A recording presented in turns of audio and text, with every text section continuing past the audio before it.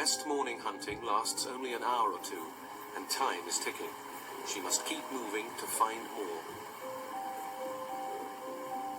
At this time in Europe's history, Germany is at the center of much volcanic activity, and this whole patch of forest is riddled with geothermal springs. In places, these form seething mud pools.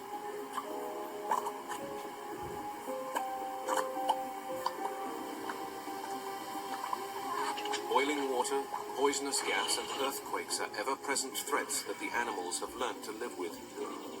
But not every hazard here is so easy to ignore. As the sun gets higher, the daylight creatures are becoming active, and that brings out the forest's more menacing side. The birds. They are the top predators in this weird forest.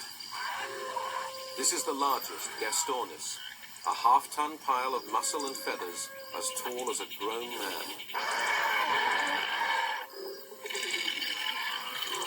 This is a female, and for the last 2 months her whole life has revolved around the one egg in her nest, now only hours from hatching.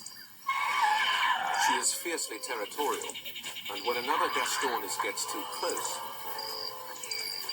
she moves to protect her nest. Since the Great Extinction, birds have been a success like mammals, but what is more, they have got big. Big enough to take over the role of the predatory dinosaurs.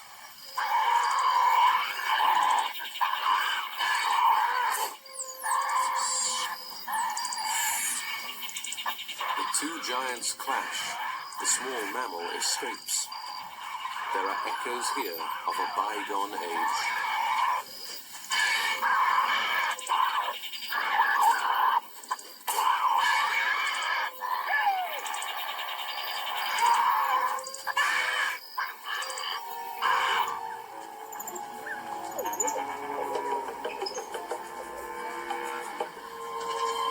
The Leptictyrium needs a lot of food for her size.